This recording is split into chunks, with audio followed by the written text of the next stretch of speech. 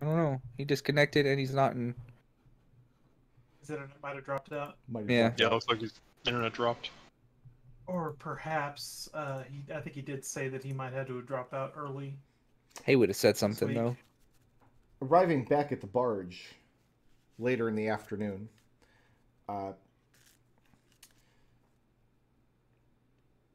Linda's still there and indicates to Alex with some annoyance that a visitor is waiting for him below decks in Alex's office. My office is on the first floor. Do you mean my lab? I thought all of your offices were on the bottom floor. But No, our offices are on the deck. I am thinking about Alex's lab, though, so the answer is yes. Eh, well, this could be messy, Lucius. Yeah, I'm down there with you. Yeah. Okay. And is Gustavus here too? Yes, Gus has returned at this point. Okay. Provided Gustavus tells us what went down with Percival Penniless, Lucius will suggest might behoove us for someone to keep eyes on Penniless when he does this proselytizing or whatever he does. Right. I gave his men and all that. Unless they get him and all of his men, which is a possibility. I think that, they are instructed to come get us. It's the best I could do. We can't be everywhere, Lucius. When you guys go down below decks in the barge, the door to Alex's lab is open. And Alex, you hear quite a lot of clattering, rummaging, muttering kind of noises coming from that direction. Alex motions for everyone else to be quiet and pulls his gun off his shoulder. Let's unsheath his mace. Or his hammer. And, yeah, I send Scrappy right into the room and spin around the entrance to it behind him. So, like, Scrappy goes through the door as soon as he does, I spin around and point my gun into the lab. Alright, roll initiative.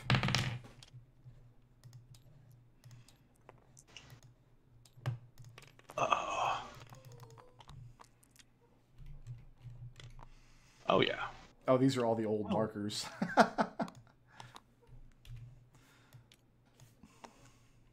Not bad.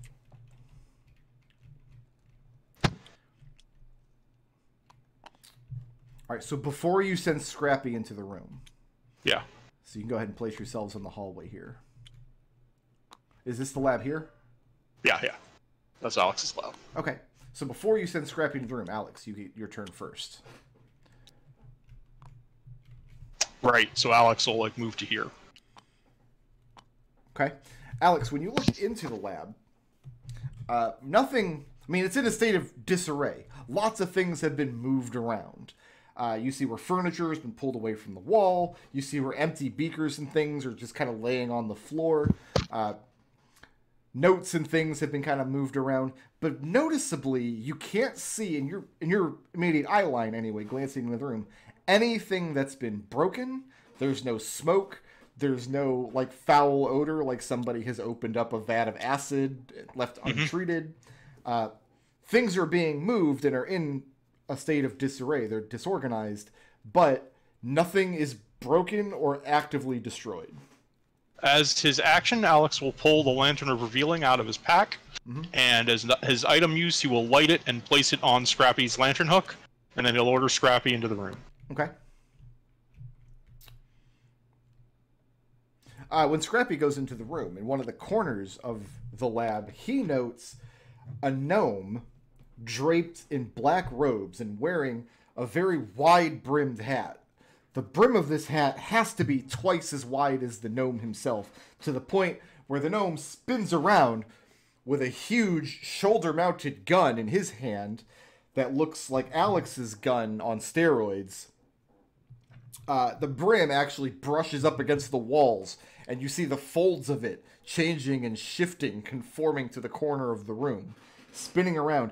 And the whole face of this thing, you can't get a good sense of what his face looks like, because it's just this ragged, disheveled, gray whiskers. You wouldn't even want to use the word hair here. It's just whiskers all over his face. The eyebrows just melting down into the mutton chops, which at some point turn into this beard, which is trailing down and curled up on the floor in front of him. Did we just get Connor back? Okay. I'm back, sorry. So we're going to travel... Discord started doing weird shit. We're going to travel back in time for a moment, because you spent the afternoon following Karn, and you rolled a 23 on stealth, so he didn't notice that you were following him. In that time, he didn't do anything that would be considered suspicious. He spent part of the afternoon at the dojo. He leads some of the very younger students in training, so like children, in some rudimentary training, breathing techniques, and some of that. He eventually, him and some of the other men from the dojo went to a nearby bakery to have a bite for lunch. He then walked across the city over to Silver Bluffs, where all this construction is going on. Not just where Gus's premises is, but other people there lost their houses, lost some buildings, and he offered some assistance. He's been apparently coming down here every day during that time. Oh, generally being wholesome is what it sounds like. More or less. It seems like his day was definitely full. He had a lot of business to tend to, but whether any of that strikes Connor as suspicious or not is up to you. Too wholesome. Too wholesome. It's up to something. I need to... Because I don't have a Connor marker on this board. And I don't have a way to get one real quick. So I'm going to have to grab one from the map. I have never deleted the world map from Flumph of the Wild. I still have that in here. Just, I can't bring myself to get rid of it. Let's get rid of these markers. Put down these ones, and then I'll save this table, and then we will have these markers forever on this table. Overwrite, overwrite. So by the time you got back to the barge, Linda had informed you that Alex has a visitor down in his lab that kind of shouldered his way in, and he's just going to send Scrappy in to do what now that he's in there? So Scrappy levels the wand mount at the guy, and I need a DC. Hold on. Gizzard. Yeah, spell gizzard. I need a DC 17 Constitution saving throw. Fail. And he is levitated by Scrappy 5 feet into the air, so he's neither against the wall nor the ceiling. Floor nor the ceiling. Even that high up in the air, his beard still touches the ground. And that's the end of Scrappy's turn. Kind of shrieks out in Gnomish. Says, "What kind of welcome is this?" And that's going to bring us to... Oh, I guess I should put my... Go ahead and roll initiative, Connor, and place yourself on this board.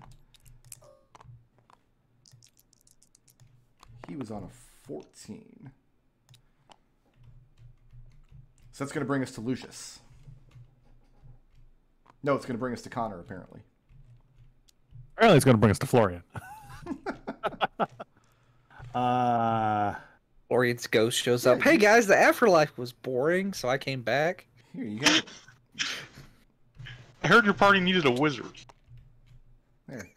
There's a bunch of markers because I just fat-fingered Control-V. Alright, so... Connor will hold an action. Sure. As soon as this mysterious whisker question mark hair double question mark character does something hostile, he will fire an arrow. What would you consider hostile in this case? Like the trigger is he attacks somebody? Yeah. Okay.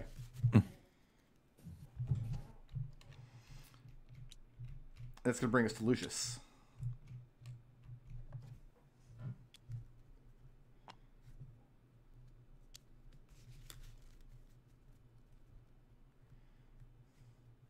Step into the room.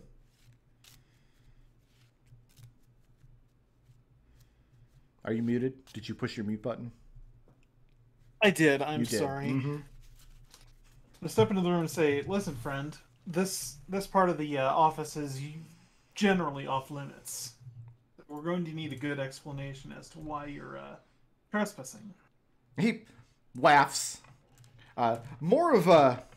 It's less of like a cruel, like, maniacal laugh, and more of, like, a kind of insane giggle. Like a titter, almost. Like that. He tells you, I don't recognize your limits. Lucius, are you taking an action? No, I'm not going to take an action. Unless that counts as like an attempt of persuasion. Are you trying to persuade him to do something? Then to tell us who he is and what he's doing here. Is that what you're going to use your action for, to try to persuade him to do that? Yeah. Okay. Yeah, go ahead and make that check.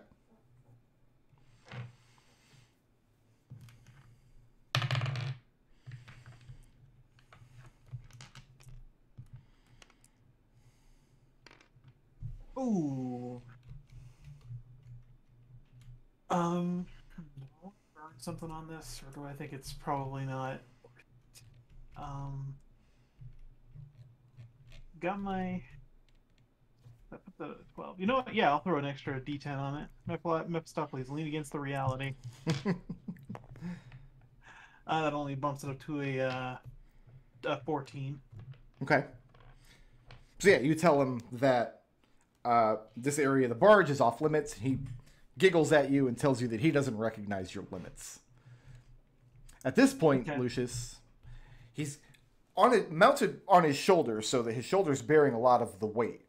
But as he moves, you can see that part of the gun he's holding is also attached to his lower arm, just beneath the elbow, by a strap.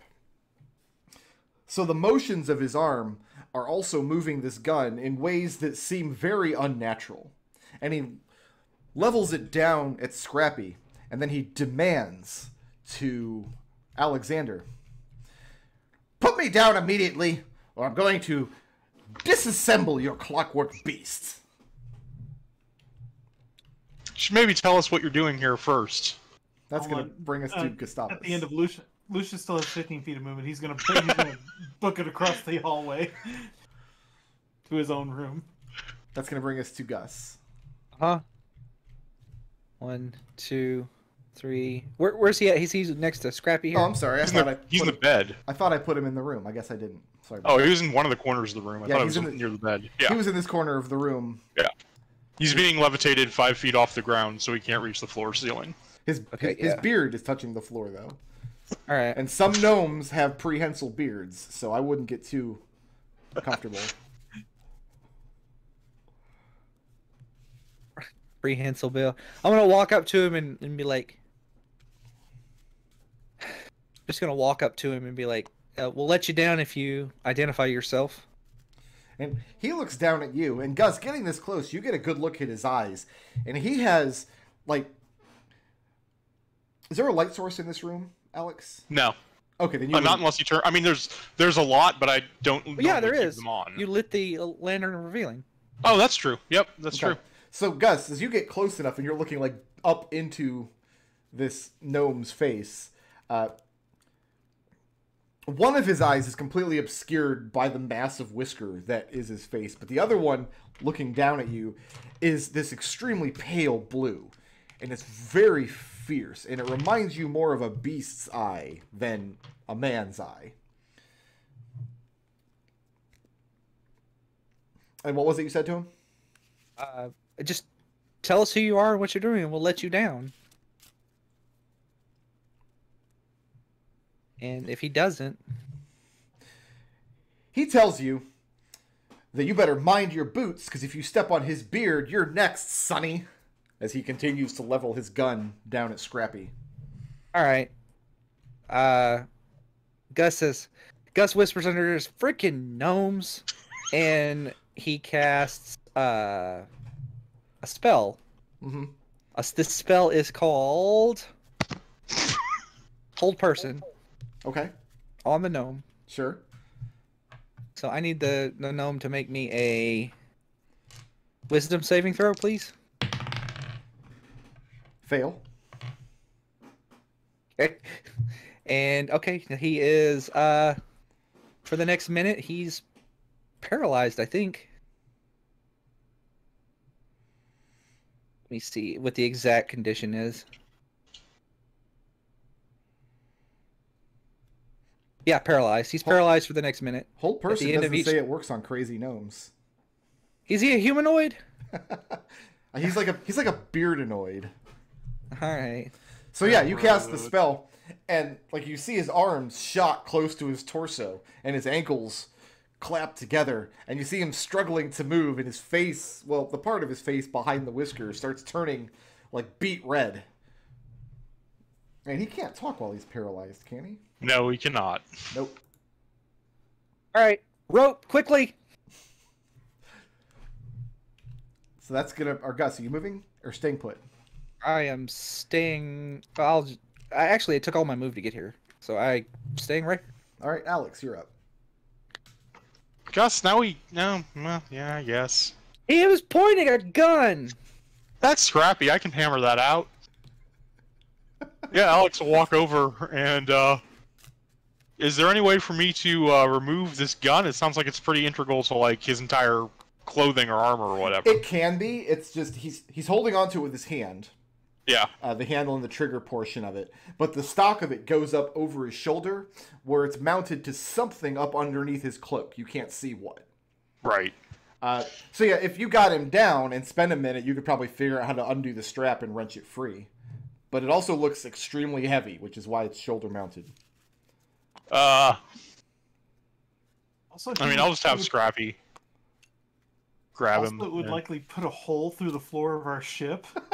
We just spent I'll a have lot of Scrappy time in. grab him and double move him out since he's levitating. Okay. So let's see, I got 80 feet. Can that get him back to the deck? Yeah, it's fine.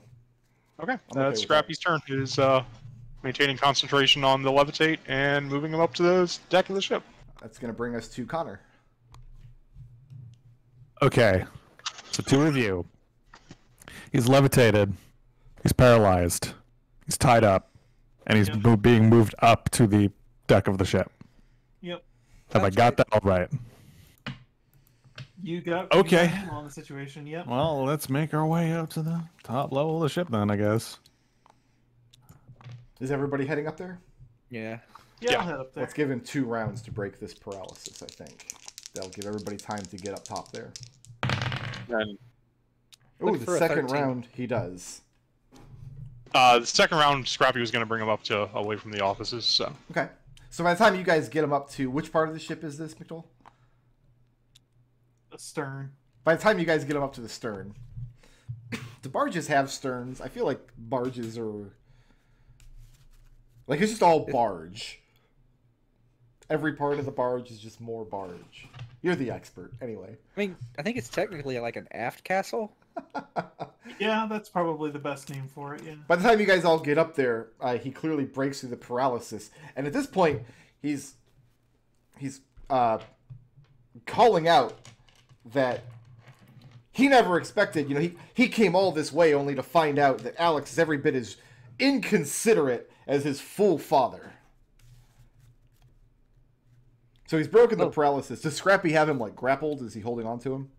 yeah, Okay. yeah, he's using the levitate to keep him off the ground and Is just like Scrappy has just one. grabbing onto his beard and flying him like a kite? No, he has his mouth around his ankle. Okay. He's tied up to a rope. He could be flying him like a kite. So yeah, by the time you guys get up to the deck, he's complaining that Alex is every bit as inconsiderate as his full father. Do you know this man, Alex? I don't think I've ever seen you before in my life, but you're probably not wrong if you're saying something bad about my dad. He calls out and says, "You called me here, remember?" Yeah, but I didn't say you could go into my lab. And he angrily calls back down and says, "The invitation was implicit in asking me to come here." Scrappy let him down, and Scrappy will levitate him back to the dock of the ship. Okay. And he gets back up to his feet, and I mean, he's like brushing down his cloak. He's in complete temper tantrum mode now. He is stomping his feet. He's shaking his finger in your hair. He grabs up some part of the length of his beard and coils it up and tucks it down into a pocket along his left leg so it doesn't drag on the deck of the ship. But through the tantrum, you do glean a piece of information that he received your alert from the embassy that it didn't feel like your father's voice. There was something different about how it was sent. And so he surmised it must have been you and not him. Yep, got it in one. Oh, this is the guy that you sent the message to. Okay. So before you're going to make any headway with this guy, you have to do something to calm him down. He is furious. How would you feel about a good home-cooked meal? Some tea. Have you been traveling for a while? Are you hungry? A home-cooked meal? You live on a barge! We've got a pretty decent kitchen, though. There's a house over there. Who is this guy? This is a guy my dad decided would be an expert on lithids or whatever. We could go get some wings. He calms down a little bit, and he says, "Very well. Which one of you is the serving man?" Oh. He got drafted. He was in the war, so he's not back yet.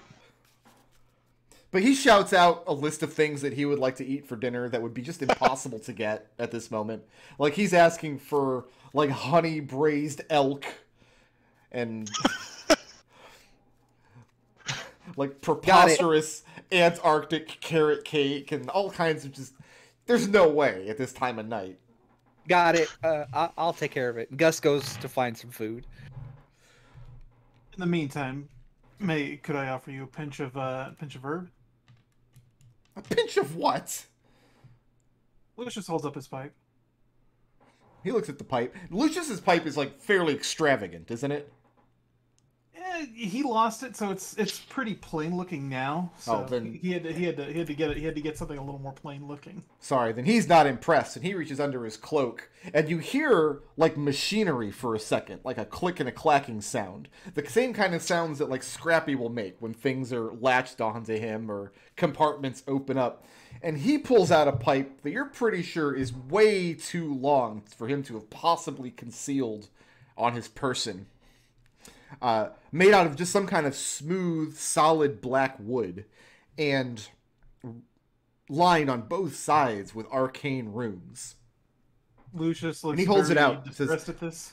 Place a pinch in that. Lucius opens up his own pouch, takes a pinch of his leaf, and. What are you giving him? Like, what is this stuff? Just the regular tobacco kind of stuff. Just tobacco? Yeah.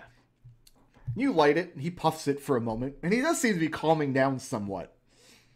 And he kind of rolls the flavor around in his mouth. Then you see his cheeks puff out, and he exhales sharply, and the smoke comes out of his ears. This doesn't have any sort of interesting hallucinogenic properties. I would have thought a man of your nature would have something good. And he's indicating your horns and your tail. Generally, I hold off on that with mixed company. Mixed company? What am I now, a woman? I can handle what you have. Impress me. Yeah, Lucius, impress him. You called me here. I can turn around and go home right this minute and leave you to sort out these lithids yourself.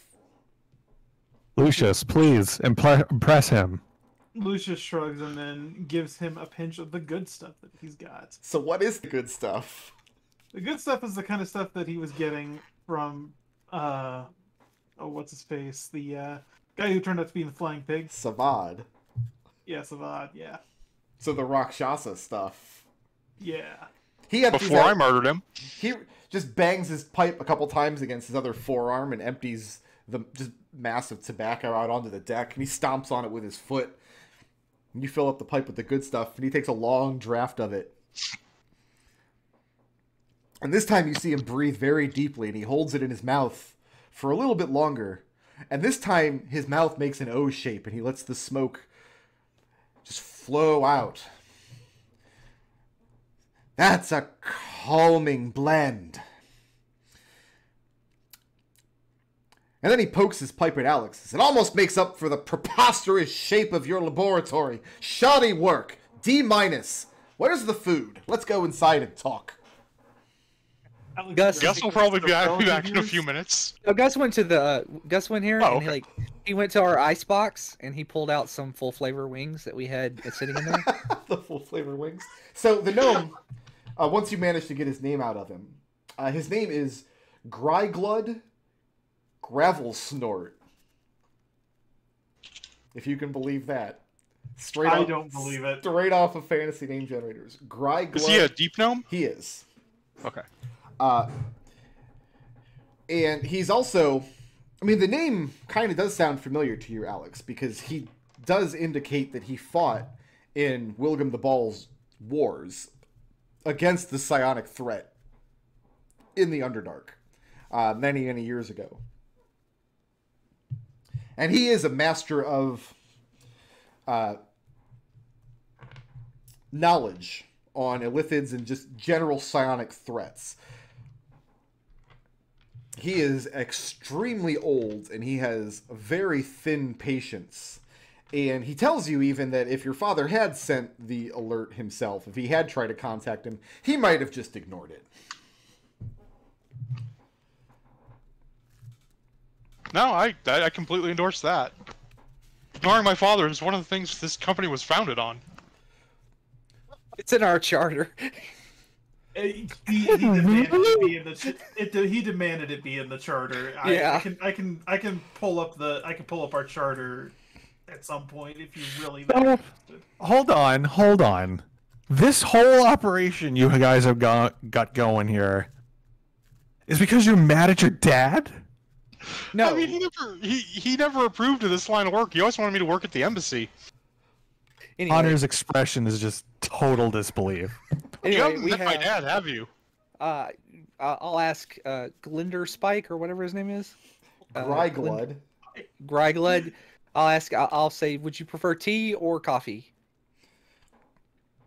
Because I came back in with tea, coffee, some Coffee by a sandwiches, mile. Okay, tea, coffee. I got some sandwiches and the full flavor wings. Okay.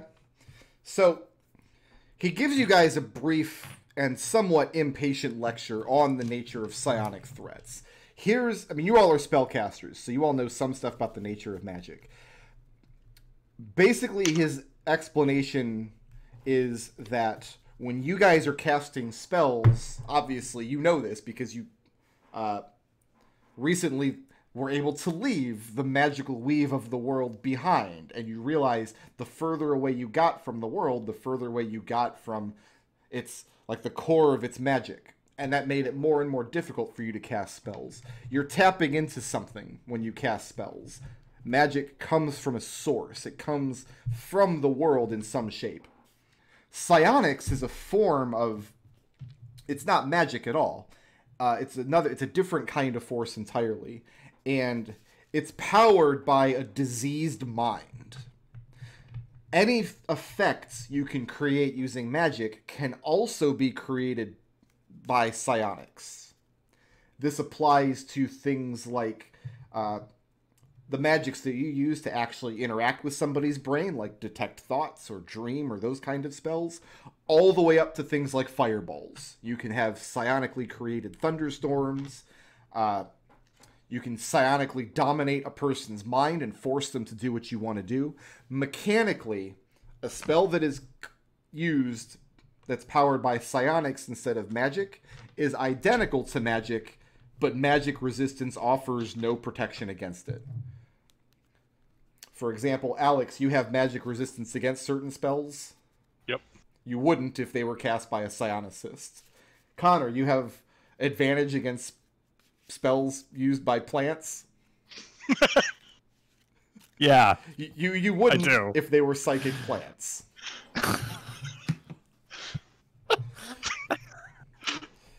Well, let me put that asterisk on my character sheet. The great difficulty with psionics, especially creatures that are psionic in nature by default, like illithids. And he makes sure that you all understand what an illithid is. Does he have to explain it to anyone? I mean, I think Alex would have Alexander's given told us us stories, but not anything like specific. The danger is that even in population centers like Dunfoss that have great might and magical strength, you guys have the Blackjackets, you have all these magical colleges, but Dunfoss essentially operates under a psionic blind spot. The kind of assault that he is particularly skilled in sensing and protecting against, Dunfoss has no protections against whatsoever. Your strongest wizard in the city would be powerless against a psionic plot. And he can prove it. I think we're already kind of seeing what's happening thus far. I mean, our most powerful wizards also apparently aren't immune to politics, so I buy it. He tells you that magic flows through the planet, through the world, and he describes it coming from the impenetrable walls at the end of each of the 3 trines. This is the source of magic. And whereas psionics travels more in waves, the way that some gnomish engineers believe that light and sound can travel through the air, so too does psionic energy. And that's when he reaches into his cloak and he pulls out a small black felt sleeve and he holds it forward to Alex. And he pinches it so you can see inside are a pair of bifocals sized for a gnomish head.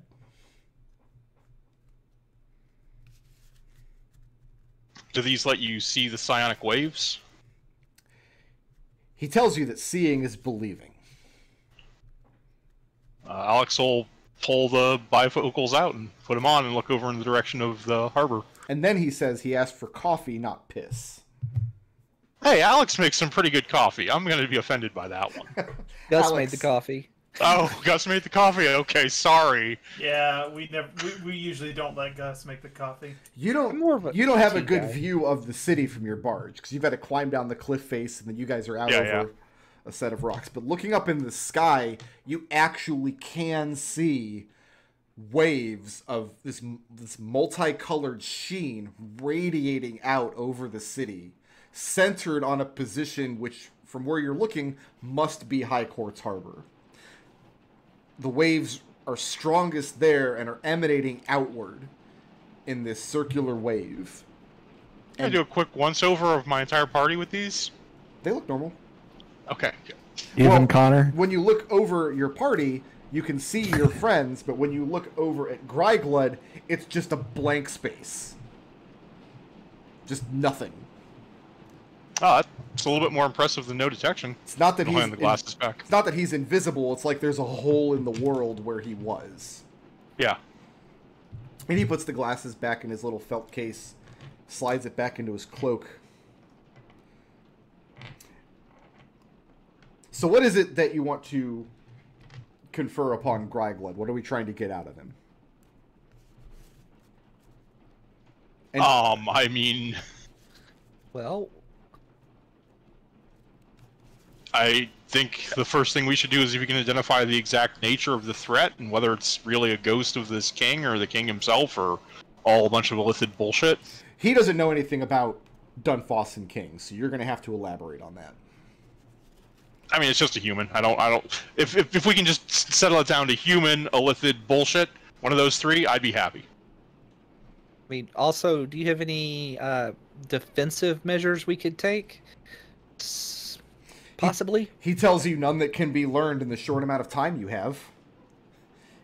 In other words, like, yeah, if you have time to earn an entire experience level in a class that you've never heard of until just now, which you don't. By my math, we've got about 6 days. Does that jive with yours? Oh, he hasn't done any investigation into the ship or anything. All he's done is arrive and come down to your barge. That's all he's done. Okay, well, like, so... But you're sharing with him that information, that you've been down to check out the ship? Yeah. Okay. Oh, I'll go to my lab and I'll pull out all my notes, as they are so inconveniently rearranged. Make a mental note to put the lab back in order. So, well, maybe it was in disarray and he's put it to order. Gus, what is it you were saying? I was going to ask him. So they sent investigators down, and they didn't see what we saw. Is that more the psionic bullshit? He shrugs and says he wouldn't know unless he spoke to one of these men himself. At which point, you guys hear a loud banging coming from upstairs. I'll go check that out. We are all just kinds of popular today. So Oh, Journey was going to stop by. Yeah. Alex Yeah. Alex comes back into the room with his notes. So you're going to go over him. You're not leaving anything out. You're going to tell him when the ghost ship arrived, that like men died when they stepped aboard, like what's going on in town, the whole thing with Percival. So you're just Yeah, this guy. Yep. Okay. Yeah, Lucius is gonna come around to the from the side of the premises. Alex is going to make some coffee while he's studying the notes. Okay. So Gus and Lucius go upstairs to the barge, and Linda's there, and there's a very large bruiser kind of gentleman standing there. Man with tattoos all up and down his arms, and a bald head, and a handlebar mustache. Looks over, gives Lucius a curt nod. A delivery from Journey. Lucius will accept it. And We need to sign. he kind of motions back over his shoulder and says, I left it for you on the rocks. It needs to be returned within 24 hours or they'll notice it's gone. At which point he gives you another nod and starts to leave the barge. Yeah. What's Duly noted. Oh. Gus looks down at the rocks. And there is a very large burlap sack with something in it. It is a distressingly man-sized burlap sack. Gus Oh, jumps boy. on the rock and just picks it up. And it's just as heavy as opens a it. man. And yeah, there's an unconscious, pretty soundly thumped man inside the bag. Do I recognize him? No. There's a dude in here, and I don't know who it is. Nor I guess I. Gus is going to. Gus is going to pick him up and throw him over his shoulder and not drag him. Okay. I mean, he's already been thumped. Might as well be, as cautious. Don't want a man to get thumped more than once a day. Like that's just crass. Right? Yeah. So you bring the man down below into the ship. We're actually Yeah. having the meeting in here, aren't we? Yeah, Yeah, that's the that's- kitchen. You know what? You know what? I think we should probably set him. Put him on the couch right here. I am going to. Yeah, I'll take him out. Help me get him out of the bag, Lucius. We'll put him on the couch. Yeah. Connor, get off the couch. Is he studying the notes? Can I step away for a minute, or does he need my feedback? I mean, you can leave him alone with the notes, probably. Yeah, But, that's fine. Does anybody recognize but this man? as soon as you leave him alone in the room, like he's following you out. Like obviously, whatever is out here is way more interesting than Yeah, whatever. That's fine. than your terrible handwriting and organizational skills. Look, I know exactly where every note is on that sheet. Also, Alex has impeccable handwriting. And as you I want to. as you roll the guy out of the sack onto the couch, I mean he's unconscious, but he kind of like mutters and moans a little bit as he's starting to come around. You think this is one of the guys the Black Jackets picked up? How's he dressed? See? Like, Oh, he's dressed in the livery of a king's man. he must be one of the guards that went down there to check. Then Okay, let's get him somewhere that's not immediately recognizable as our front lobby when he comes to, and I'll get some smelling salts. okay, hold on. Oh shit. Do you guys tell Grigled who this man is? Well, who we think he is. Okay. Graveled could look at him, and I'll throw him. I mean, I think down here. And Grigled takes a look at him through his psionic bifocals and indicates that the man's not being controlled. Otherwise, you would actually see a tendril coming out of the back of his brain and connect off into space somewhere. That's disturbing. What's the And yeah, plan? Alex will mix together some kind of smelling salts to bring him to. Doesn't take much to bring him to. And the Lucius, guy's do you want to use magical darkness before we do that? Yeah. Let's go ahead and do that. Grigled thinks this is a bit theatrical, but he's not going to get in the way of doing your business. Glad. Can you teach me to cast magic with my mind?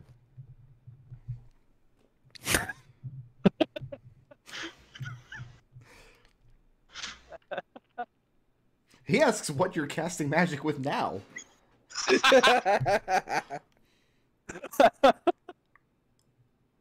Hey, bullshit. So yeah, you bring the man around, and so you're putting him into a cloud of magical darkness. I think that's a good precaution. And it does, like, I'm assuming you guys aren't going to subject him to terrible physical torture.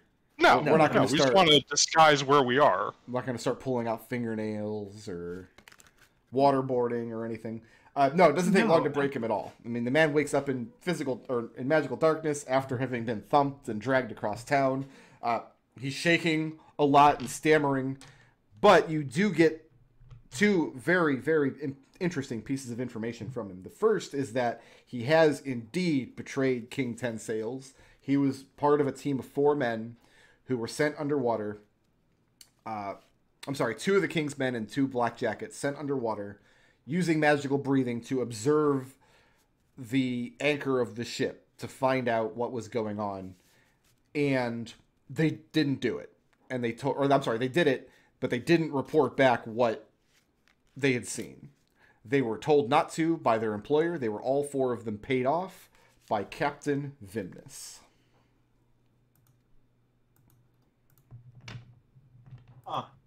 What? And that's where we'll leave it for the week.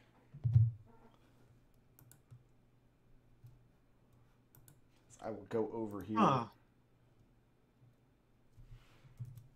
and post a straw poll to the Twitch chat if you guys would like to go on and vote for who to blip us this week. What are we doing with this guy after he spills the beans?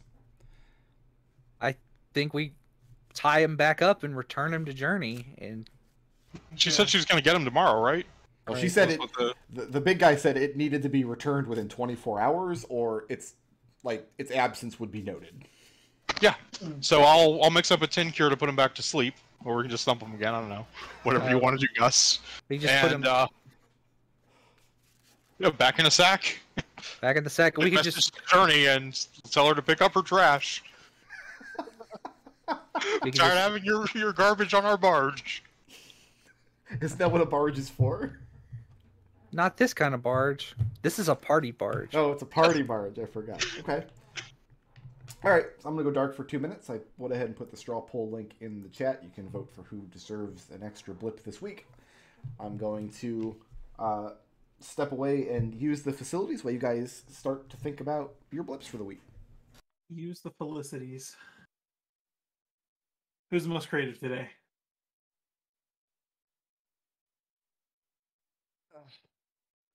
That would be...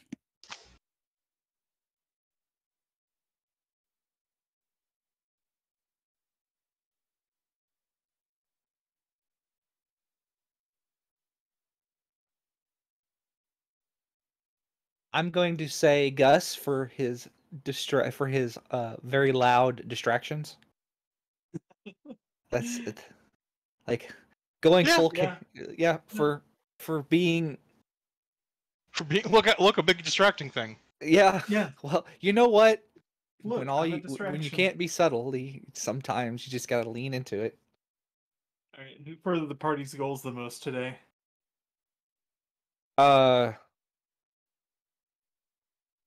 Lucius for the getting the letter and then all just generic diplomacy things, but the getting the letter was good. And who's a badass?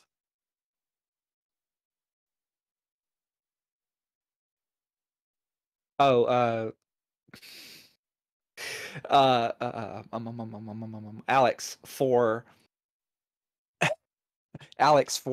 will you okay, you just wait right here. All right, can do. I hop on Scrappy and ride out. Just run away. I thought that was that was more hilarious than anything. Yeah, but it was good. I liked it.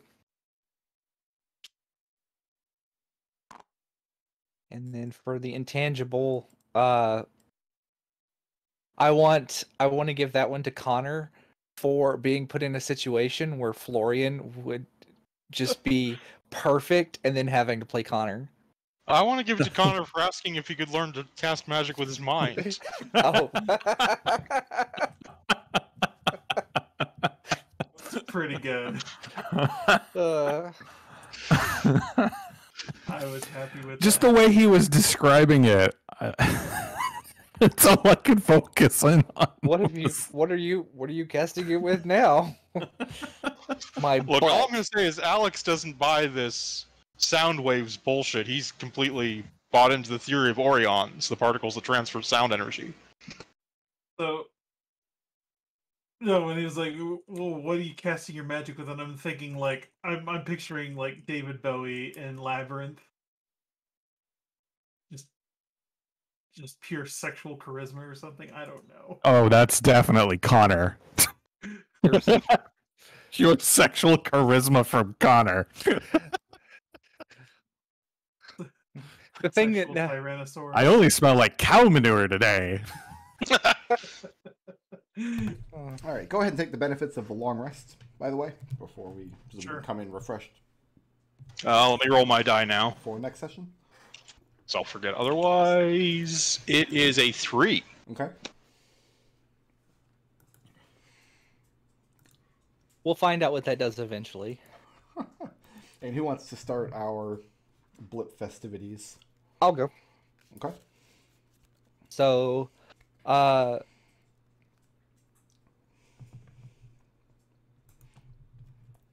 let's see. Ideal my companions are my support structure, and I must do what I can to protect them from themselves.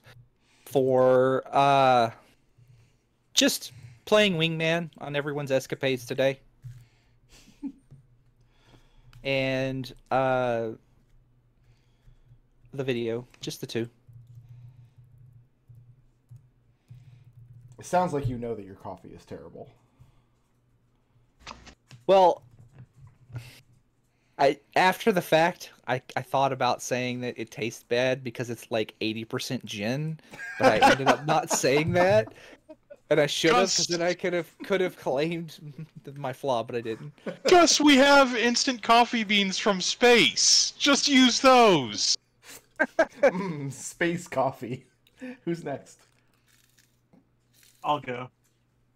Lucius. I have my alignment, lawful neutral, take your place in society, work well for your fellow people, take care of your own. For going about his investigations in such a way that he's got the information he needs, and he's trying to keep as mum about it as he can with regards to implicating the Humbers. So, in regard to Lucius's alignment, Lucius believes that taking his place into a society is becoming a traitor to the crown. It's things are getting a little bit off the rails, yes, but hopefully once we can solve this illithid or whatever problem, Lucius can go back to being a studious dandy. Anything else for me? I have knowledge is paramount for pursuing that choice bit of information with every iota he could muster. Mm-hmm. By resorting to rank theft, breaking and entering, Crimes. Crimes. Great crimes, Very, very lawful acts. very crime, yeah. Is that it? And then finally, double or nothing for thinking that he was probably seen and then going forward with it anyway. All right. Who's next? I can go. Got it. Alex, go. Alright, I've got lawful neutral. Always be willing to take the law into your own hands, but no further, for deciding that, you know what, I'm just going to activate the magical anti-illithid summoning beacon on my own. To hell with my dad. Sure. And I've got my flaw. I'm sure we can handle this for every goddamn thing with the chain. Is that it? Yep. That leaves Connor. All right. Alignment, neutral, good. Good acts exist beyond the realms of order and chaos, and achieving them is the most important thing for helping Lucius spread coin around to get info on infiltrating Humbirth. Mm-hmm. Flaws, subtlety, and diplomacy are not in my lexicon. Can't imagine why. 4. When hearing it takes a diseased mind to use psionics, and that psionics can translate to magical energy, asking the gnome to teach him how to cast magic with his mind. So, I want to make sure. Is Connor misinterpreting what the gnome told him, or did I not explain it very well? Because you can't... A little bit of both. You can't like psionic energy won't translate into magical energy. They're two completely different sources that can do a lot of the same things. It's a little bit of both. Okay. But Connor does think he has a very diseased mind. I will say that when he said, the power comes from a diseased mind, like, I almost said Gus gives Connor a side eye. Because he's got You would have seen Connor grin a little bit. Like, I fit that criteria.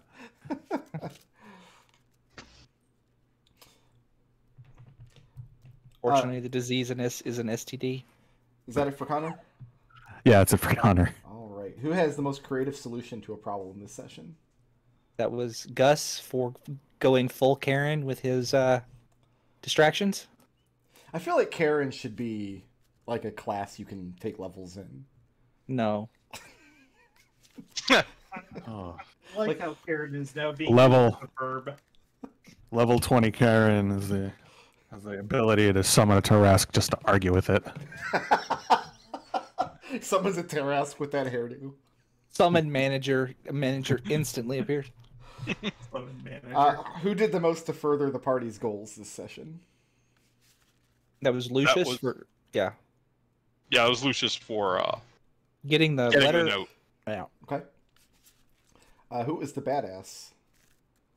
That was Alexander for. We need you to wait here. Yes, I'll do that. And then he hopping on Scrappy and riding away. And we have some intangibles. That was Connor for asking the Sonic Gnome to teach him to cast magic with his brain. Like, I'm picturing that guy who throws up the deuces and then just fades from view.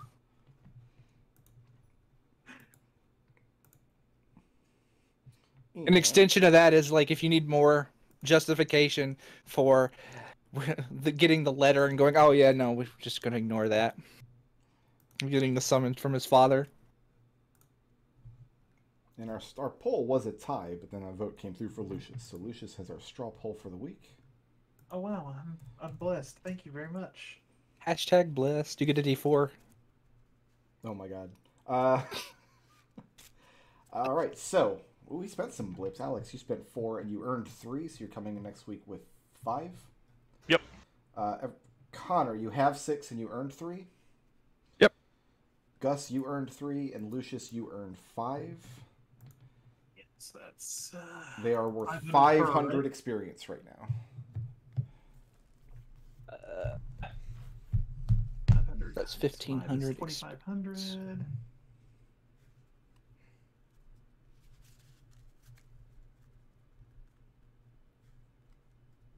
All right, so And I am still about 5,500 away.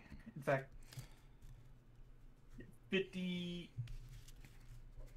54. Numbers, we get it. 999. Yeah, numbers. There are many numbers. All right. let's pick this back up I'm next gonna week. cash in 5. I'll go in with 1 blip next time. Oh, you're cashing some? Yes, I'm gonna cash in 5 Push to you get a me level. to level 11. All right. So coming in next week with 1 blip. Yes. And we pick this up next week. We will return Journey's trash to her. Yep.